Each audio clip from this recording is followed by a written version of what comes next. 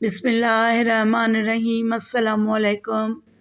آپ صلی اللہ علیہ وآلہ وسلم نے فرمایا ہے کہ ایسا گناہ جس سے 80 سال کی نیکیاں ضائع ہو جاتی ہیں اور اس کے لیے دوزخ میں ایک کنواں تیار کیا جاتا ہے۔ مکمل تفصیلات جاننے کے لیے ویڈیو کو آخر تک ضرور دیکھیے گا۔ زمین کب روتی ہے؟ اللہ پاک نے زمین و آسمان میں بشمول جن و انس جو کچھ بھی پیدا کیا ہے، ہر چیز کو قوت سماعت اور قوت گویائی عطا فرمائیے۔ ہر چیز اپنی اپنی زبان میں اللہ کے ذکر میں مصروف ہے۔ ایسی تمام چیزیں جو اللہ پاک نے پیدا کی، جب ان کو کوئی چیز عطا کرتا ہے تو وہ اس پر شکر بھی ادا کرتی ہیں، اور جب ان کو کوئی تکلیف پہنچتی ہے تو وہ اس کا اظہار بھی کرتی ہے۔ لیکن یہ اور بات ہے کہ اللہ نے ایسی آوازوں کو جن و انس سے پوشیدہ رکھا ہے۔ دھرتی یعنی زمین کو ہی لے لیجئے، زمین بولتی بھی ہے، سنتی بھی ہے، خوشی غمی کو محسوس بھی کرتی ہے اور اس کا اظہار بھی کرتی ہے۔ نبی کریم صلی اللہ علیہ وآلہ وسلم نے فرمایا، 2 موقع ایسے ہیں کہ جن پر زمین روتی ہے۔ پہلا موقع یہ ہے کہ جب ناحق کسی کا خون بہایا جاتا ہے، مقتول کا قطرہ زمین پر گرتے ہی زمین پکارتی ہے، الہی مجھے اجازت دے تاکہ میں قاتل کو ابھی نگل جاؤں۔ آواز آتی ہے، ذرا صبر کر، یہ تیرے اندر ہی آئے گا۔ دوسرا موقع یہ ہے کہ جب زانی زنا کا ارتکاب کرنے کے بعد غسل کرتا ہے تو پانی کا پہلا قطرہ جب زمین پر گرتا ہے تو زمین زاروں قطار روتی ہوئی کہتی ہے، الہی مجھے اجازت دے تاکہ اسے میں نگل لوں۔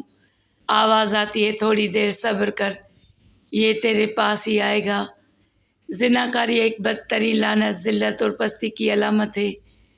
اس کا مرتکب وہی شخص ہوگا جس کے دل میں خوف خدا، عذاب آخرت کا ڈر، آیات قرآنی اور احادیث نبویہ کا پاس نہ ہو، اپنوں اور غیروں میں اپنی ذلت اور رسوائی کا اندیشہ نہ ہو، اور وہ نہایت ہی بے شرم جس کی انسانیت حیوانیت سے مغلوب ہو چکی۔ قرآن کریم نے زنا تو کیا، اس کے قریب جانے سے بھی منع فرمایا۔ بدکاری کے پاس نہ جاؤ، بے شک وہ بے حیائی ہے اور بہت ہی بری راہ ہے۔ یعنی زنا خود بھی کبھی اور دوسرے مقاصد کے اعتبار سے کبھی تر ہے اور 1000 بار لائق مذمت ہے۔ افراد کی روحانی پاکیزگی اور اخلاقی طہارت کے بھی منافی ہے۔ روحانیت کے چہرے پر ایک بدنما داغ ہے اور جسمانی معاشرتی مرتبے کے لحاظ سے بھی قابل نفرت ہے۔ حضرت ابو ہریرہ رضی اللہ تعالیٰ عنہ سے روایت ہے کہ حضور اقدس صلی اللہ علیہ وآلہ وسلم نے ارشاد فرمایا، جو عورت کسی قوم میں اس کو داخل کر دے جو اس قوم سے نہ ہو، یعنی زنا کرایا اور اسے اولاد ہوئی، تو اسے اللہ عز و جل کی رحمت کا حصہ نہیں ملے گا اور اللہ تعالیٰ اسے جنت میں داخل نہ کرے گا۔ حضرت عبداللہ بن عباس رضی اللہ تعالیٰ عنہ سے روایت ہے کہ رسول اللہ صلی اللہ علیہ وآلہ وسلم نے ارشاد فرمایا، جس قوم میں زنا اور سود ظاہر ہو جائے تو انہوں نے اپنے لیے اللہ عز و جل کے عذاب کو حلال کر لیا۔ حضرت عمر بن عاص رضی اللہ تعالیٰ عنہ سے روایت ہے کہ نبی اکرم صلی اللہ علیہ وآلہ وسلم نے ارشاد فرمایا، جس قوم میں زنا ظاہر ہوگا وہ قحط میں گرفتار ہوگی، اور جس قوم میں رشوت کا ظہور ہوگا وہ غم میں گرفتار ہوگی۔ حضرت بریدہ رضی اللہ تعالیٰ عنہ سے روایت ہے کہ رسول اللہ صلی اللہ علیہ وآلہ وسلم نے فرمایا، 7 آسمان اور 7 زمینیں بوڑھے زانی پر لعنت کرتی ہیں۔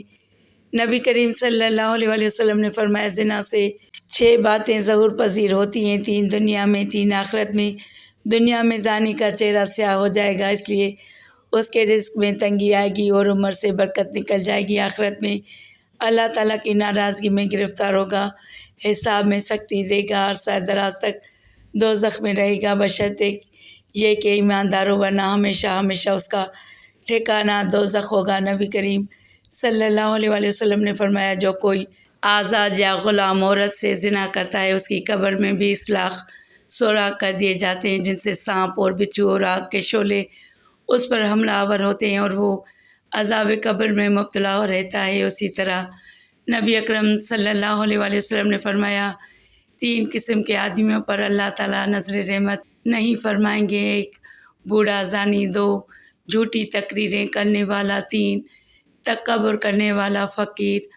آپ صلی اللہ علیہ وآلہ وسلم نے فرمایا، زنا سے 80 سال کی نیکیاں برباد ہو جاتی ہیں اور دوزخ میں ایک کنواں زانیوں کے لیے تیار کیا ہے، جس میں انہیں عذاب دیا جاتا رہے گا۔ اس کا نام حاویہ ہے۔ اسے اگر یہ ایک ذرہ نکال کر دوزخ کے دوسرے حصے میں ڈال دیا جائے تو وہ اس سے جل جائیں گے۔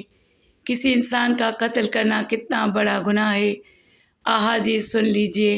حضرت ابو سعید خدری رضی اللہ تعالیٰ عنہ اور حضرت ابو ہریرہ رضی اللہ تعالیٰ عنہ سے روایت ہے کہ حضور نبی اکرم صلی اللہ علیہ وآلہ وسلم نے مومن کے قاتل کی سزا جہنم بیان کرتے ہوئے ارشاد فرمایا، اگر تمام آسمانوں اور زمین والے کسی ایک مومن کے قتل میں شریک ہو جائیں تب بھی یقیناً اللہ تعالیٰ ان سب کو جہنم میں جھونک دے گا۔ قتل و غارت گری، خون ریزی اور فتنہ و فساد اور ناحق خون بہانا اتنا بڑا جرم ہے کہ قیامت کے دن اللہ تعالیٰ ایسے مجرموں کو سب سے پہلے بے نقاب کر کے کیفر کردار تک پہنچائے گا۔ حضرت عبداللہ بن مسعود رضی اللہ تعالیٰ عنہ بیان کرتے ہیں کہ حضور نبی اکرم صلی اللہ علیہ وآلہ وسلم نے خون ریزی کی شدت بیان کرتے ہوئے ارشاد فرمایا، قیامت کے دن سب سے پہلے خون ریزی کا فیصلہ سنایا جائے گا۔